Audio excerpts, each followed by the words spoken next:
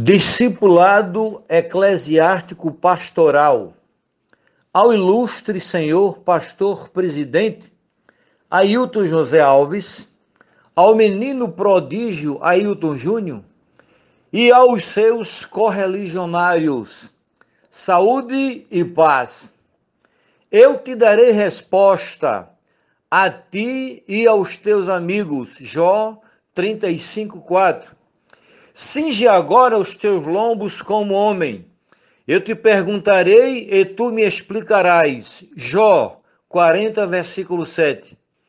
Ouvi atentamente o pronunciamento do seu filho na rede social via internet, dito e feito por ele, pastor presidente, em que o mesmo procura se defender perante o público evangélico das acusações que lhe são feitas com desculpas medíocres e manipuladas pelo seu próprio entendimento, tentando justificar seu próprio pai, a diretoria que o cerca e a própria pessoa dele. Apesar de sabermos que tudo isso é um direito que vos assiste por determinação legal, tenho a vos dizer, como ministro do Evangelho, o que também, sem nenhuma dúvida, nos diz a palavra de Deus. Portanto, observem com bastante atenção o que tenho a vos ensinar e procurem considerar o que eu vos digo aqui, se é que vocês ainda consideram as verdades contidas na doutrina bíblica cristã e se estão realmente tendo compromisso com as verdades da palavra de Deus, como ratificou o menino prodígio em seu discurso, soberbamente precipitado, tentando reintegrar a vossa boa conduta perdida, uma vez já denunciada pelo comportamento de um governo eclesiástico e despótico proveniente de si, que vem contaminando todos os seus correligionários, desclassificados pelo amigo de pastores para gestores, sem nenhuma aprovação para tal comportamento na palavra de Deus.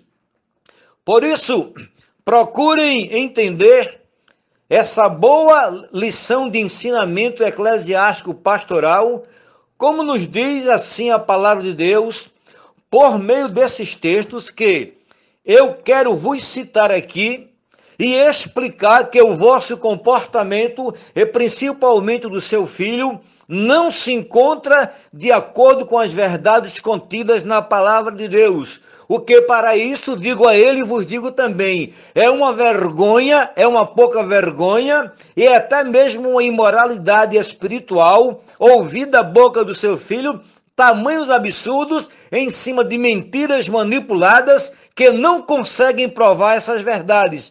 Portanto, escutem o próximo áudio a seguir.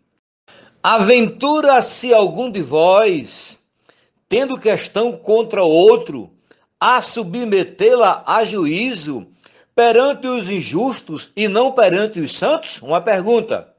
Ou não sabeis que os santos hão de julgar o mundo? Ora, se o mundo deverá ser julgado por vós, sois acaso indignos de julgar as coisas mínimas? Outra pergunta. Não sabeis que havemos de julgar os próprios anjos? Quanto mais as coisas desta vida. Entretanto, vós, quando tendes a julgar a negócios terrenos, constituís um tribunal daqueles que não têm nenhuma aceitação da igreja. É isso que vocês estão fazendo e o seu filho ameaçando fazer. Para vergonha vossa, vos digo, não há porventura nem ao menos um sábio entre vós que possa julgar no meio dos irmãos? Outra pergunta. Mas irá um irmão a juízo contra outro irmão, e isto perante incrédulos? O só existir entre vós demandas já é completa derrota para vós outros. Por que não sofreis antes a injustiça? Por que não sofreis antes o dano? Outra pergunta. Mas vós mesmo, agora é para vocês, ministro, fazeis a injustiça e fazeis o dano, e isto aos próprios irmãos. 1 Coríntios 6, 1 ao 8. Pergunto-vos, pois, vocês não têm vergonha de uma coisa dessa?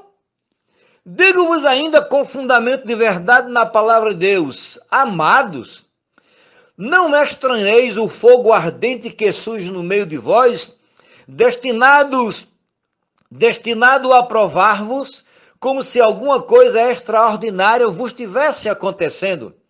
Pelo contrário, alegrai-vos na medida em que sois participantes dos sofrimentos de Cristo, para que também na revelação de sua glória vos alegreis exultando.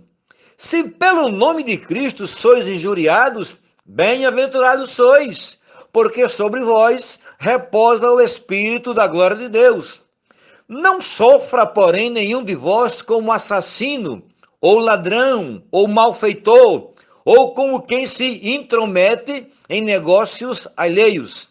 Mas, se sofrer como cristão, não se envergonhe disso. Antes glorifique a Deus com esse nome. 1 Pedro 4, conforme vocês estão vendo, até o 16. Observe ainda com atenção que esse comportamento do seu filho, e autorizado pelo Senhor, conforme diz ele mesmo, não confere com os textos que eu acabo de citar aqui. Observe ainda, porque isto é grato, que alguém suporte tristeza, sofrendo injustamente por motivo de sua consciência para com Deus. Pois que glória há, se pecando e sendo esbofeteados por isso, o suportais com paciência. Se, entretanto, quando praticais o bem, sois igualmente afligidos e suportais com paciência, isto é grato a Deus. E se vocês acham que estão sendo assim, perseguidos e caluniados e vituperados, por que estão se inquietando? São ministros ou são ministros de açúcar? Foram ungidos ou são ministros de provetas? Porquanto, para isto mesmo fostes chamados, pois que também Cristo sofreu em vosso lugar, deixando-vos exemplo para seguirdes os seus passos, o qual não cometeu pecado, nem dolo algum se achou em sua boca, pois ele, quando ultrajado, não revidava. Com o traje, quando maltratado, não fazia ameaças, mas entregava-se àquele que julga justamente. 1 Pedro 2, 19 a 23. Senhores, ministros, que dizem ter o Espírito de Deus, senhores obreiros e pastores, que dizem ser ungido de Deus, observe ainda, bem-aventurados que sofrem perseguição por causa da justiça, porque deles é o reino dos céus. Bem-aventurados sois vós quando vos injuriarem e perseguirem, e mentindo disserem todo mal contra vós por minha causa. Exultai e alegrai-vos, porque é grande vosso galardão nos céus, porque assim perseguiram os profetas que foram antes de vós. Mateus 5, 11 ao 12. Palavra do Senhor Jesus para exortar a vocês. E por que estão se inquietando, já que dizem que estão sendo caluniados? É para exultar e se alegrar. Você sabe o que quer dizer exultar? Significa pular com excesso de alegria porque estão sofrendo calúnia. Se é que de fato é calúnia, como vocês estão dizendo, porque até agora não há nada de calúnia para vocês e nem nada contra a igreja.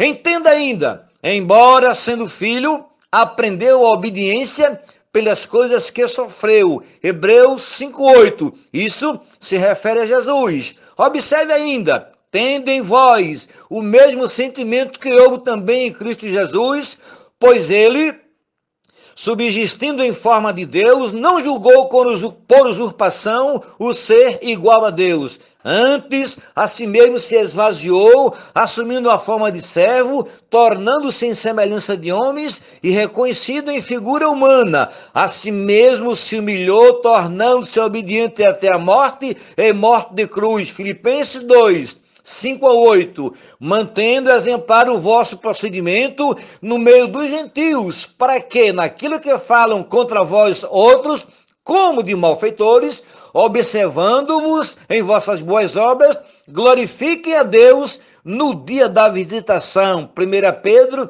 2,12. Agora eu vos pergunto, senhores ungidos, que é feito da vossa fé? Que é feito da vossa perseverança? Pois a Bíblia diz que os homens nos considerem como ministro de Deus e dispenseiro dos mistérios da sua igreja, de Cristo e de Deus, do Espírito Santo.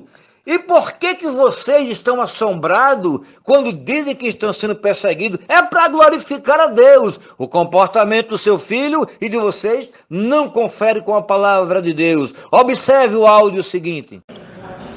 Pastor Ângelo, isso tudo nada mais é do que o desespero de homens desesperados, homens que há muito tempo vêm praticando desvios de conduta e finalidade e usam de inúmeros subterfúgios para tentar ludibriar aqueles crentes que não leem a Bíblia e não estudam a palavra de Deus e muito menos oram, que infelizmente na nossa igreja tem muitos, infelizmente.